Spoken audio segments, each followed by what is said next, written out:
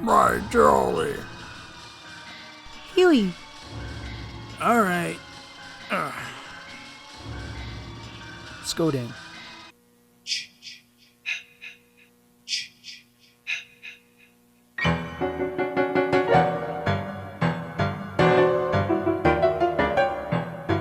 Hello and welcome back to Penguin's Horror Extravaganza, and today we'll be taking a look at a game from the PlayStation 2 era. A game that was said to be a spiritual successor to a previous game series. A game that has a fun little four-legged friend. A little game called Haunting Ground.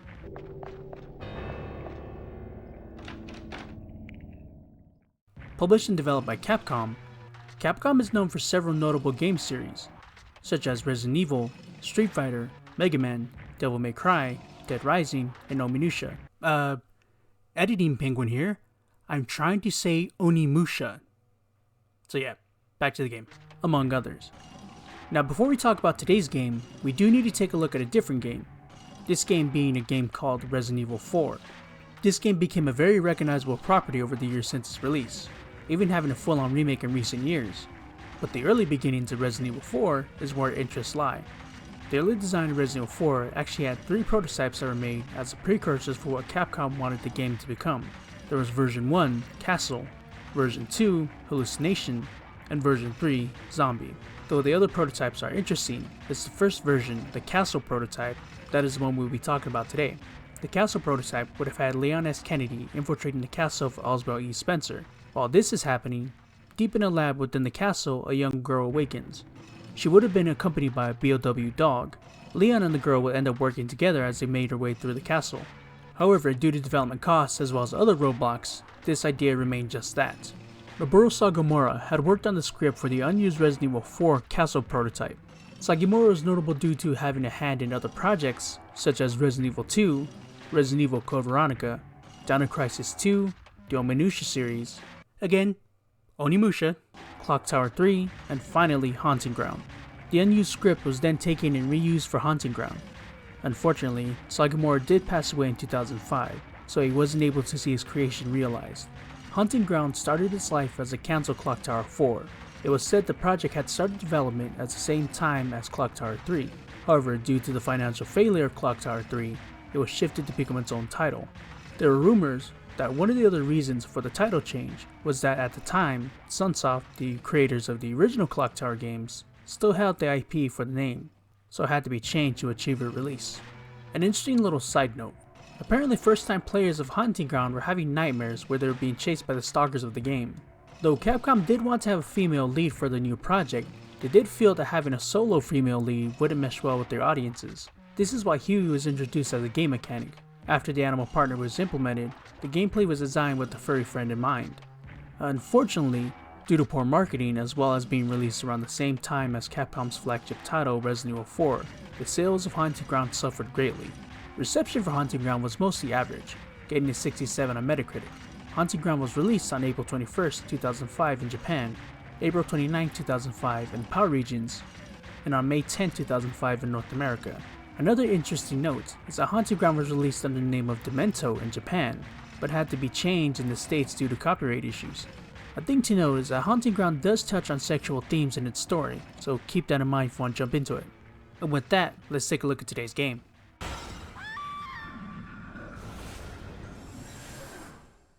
Fiona wakes up alone in a strange castle after a near-fatal car accident. Now surrounded by enemies, she befriends a dog and the two become allies. Now the duo must work together to find a way to escape this nightmare. Good boy. Haunting Ground is a third-person survival horror game. The name of the game here is Running and Hiding. Given that this is considered to be a spiritual successor to the Clock Tower series, it makes sense. Unlike the last game we looked at, where the main character had enough ammo and health to take on a small army, Fiona doesn't have that here. But she does have access to some defense items, but they only slow down the enemies that chase her rather than straight out kill them. Since Fiona isn't much of a fighter, she can use hiding spots to evade her stalkers. A cool thing is that she can use spots to hide that aren't designated hiding spots, like hiding behind a door or using a side room. As long as she breaks line of sight, she should be fine. But keep in mind, using the same hiding spot too many times will lead the stalker to find Fiona. But despite this, Fiona's greatest weapon is a four-legged companion named Huey. He is the goodest of boys. Fiona can give Huey different orders depending on what direction the right analog stick is being pushed. These orders will differ depending on the situation present. Fiona can tell Huey to go to a certain spot, search an area for items of interest, or call him back to her side, as well as tell him to stay put. She can even praise Huey for a job well done, or scold Huey for not listening. There are situations that require a bit more bite from the duo. When confronted by a stalker, Fiona can order Huey to attack them. This will give Fiona a precious second she needs to flee and hide. As stated before, Fiona does have items she can use to slow down her stalkers, but she does have other means. She can do a kick, but it doesn't do much in the way of damage. I tended to only use it to break pots for finding items. And be careful, as she can accidentally kick Huey if he gets in the way of the swing. Sweet Jesus! She also has a shove move she can do, but the shove is a bit of a high risk move, due to if she misses her mark then she wastes a good amount of stamina, which is something she will need to escape a chase. She can also do a backstep to avoid enemy attacks, but again this uses up stamina. She can also use up stamina by running around too much. If Fiona loses too much stamina, she will slow down while running, or even potentially stop running altogether, which isn't ideal when you're being chased by a baddie. Fiona can replenish her stamina with the items by standing still for a few seconds, or by using recovery points. These will fully recover her status. However, a thing to note about these recovery points is that they cannot be used while actively being chased by a stalker. Panic is another game mechanic present in Hunting Ground. This goes up whenever Fiona views anything that frightens her, or if she's being chased by a stalker for too long. If this meter gets too high, then Fiona will scream and flip out. The screen will distort and she will run away from whatever scared her at a full sprint, making her harder to control. And if she runs into a wall, which is pretty likely, she will fall to the ground. And if a stalker is near her when this happens, then it will most likely end in a game over. Fiona can also craft items to use in her journey. However, I never really got the timing down for it, so I just hammered the X button and got what I got. There are enemies in the form of stalkers that will chase Fiona on sight. I'm only going to speak about the first 3 as the rest are spoilish. There's Debilitas, the gardener. He is the first stalker Fiona will face. It's actually pretty easy to evade him. This is one of the stalkers that Fiona can hide behind doors with. There's Daniela, the maid. Daniela is a bit faster than Debilitas. She is also equipped with a large shard of glass. Come over here. I'm going to fucking stab you. What?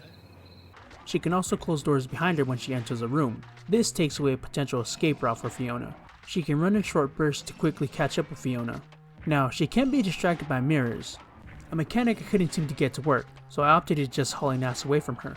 And finally, there's Ricardo, the groundskeeper. He can close doors like Daniela, but he also does run. So, what makes him so special? Well, he has a fucking gun. Alakablam! This makes him extremely dangerous, as he can potentially take out Fiona very easily. But thankfully, he has the aim of a stormtrooper. Some of the stalkers do have certain situations where Fiona can momentarily incapacitate them, so she can travel around the area unhindered, so keep an eye out for those. There are minor enemies Fiona will have to deal with. They won't hurt her outright, but they will make noise and attract any nearby stalkers, as well as raise her panic. Beyond running from stalkers and kicking pots, there are puzzles sprinkled throughout the game. I will admit, some of them did throw me for a loop, and I felt smart as hell when I finally figured them out. And there are some that end in death if they're done incorrectly, so I recommend saving often like I did. As for bosses, they weren't too bad. There were more puzzles than actual fights, which was pretty neat. The only issue I had was that panic mode can be activated during them, so that part was annoying. I did have some difficulties with the last 2 encounters of the game, which I can't show due to spoilers, but overall I had no issues with them.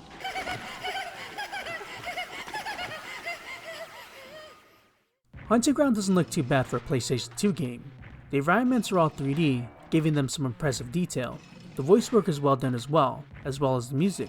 One of the cool things about the music is that each stalker's theme will change in intensity depending how close or far they are from Fiona. This will let the player know if the coast is clear. Another neat feature of Hunting Ground is the lack of load screens. Fiona is able to go from room to room with no load screens chopping up the gameplay, which is great when she's being chased. The only load screens a player will see is when they're loading up a save.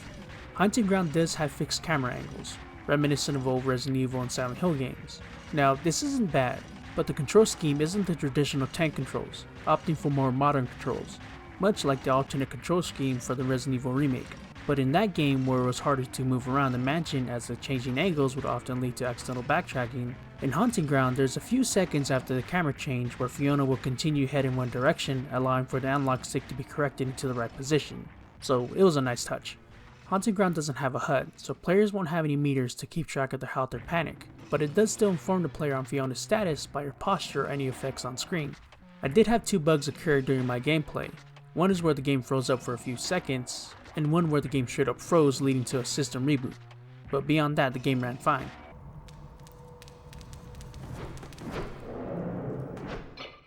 So all in all, is this a game you should go out and play? Yes, a definite hard yes. Haunting Ground was a fun horror game. There were times where it did get me when a stalker popped up out of nowhere. The puzzles were fun, adding to a nice change from running and hiding.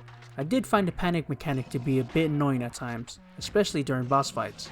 And I did have some times where I felt like the commands I was giving Huey wasn't registering, though my controller isn't the best, so it may have just been a hardware issue on my end. There were times where I did find the stalkers to be a wee bit annoying, mostly during the times where I was trying to solve a puzzle or trying to find a special item, but that's the name of the game. I will say I did like the atmosphere of the castle. There are unlockable costumes for Fiona and Huey, though they do lean more on the sexy side for Fiona, those being a dominatrix suit which swaps out the kick for a whip, a cowgirl costume, and a frog suit. But I gotta say, I like the cowgirl costume more, as it gives you a fucking gun. It actually makes short work of the stalkers, though the range is pretty short, so keep that in mind. There are multiple endings for Haunting Ground, one of which can only be unlocked on a second playthrough. Now, getting your hands on a copy of this bad boy can potentially be pretty pricey. There was an HD remaster on the PlayStation 3 that was released in 2015. Unfortunately for the States, the remaster was only released in Japan, which is a damn shame. But I'm sure there's other ways you can get your hands on a copy. Now, is this the last we see of our favorite duo? Fiona shows up in SNK vs Capcom Card Fighters DS as a character card. Debilitas, Fiona, and Huey make an appearance in the end cutscene of Tatsunoko vs Capcom. There was a Fiona-themed costume for Cammy in Street Fighter V, and Huey makes a cameo in Resident Evil 4. If you can get jiggy with that, I say give this one a try. Now, if you'll excuse me, I have a castle to escape from.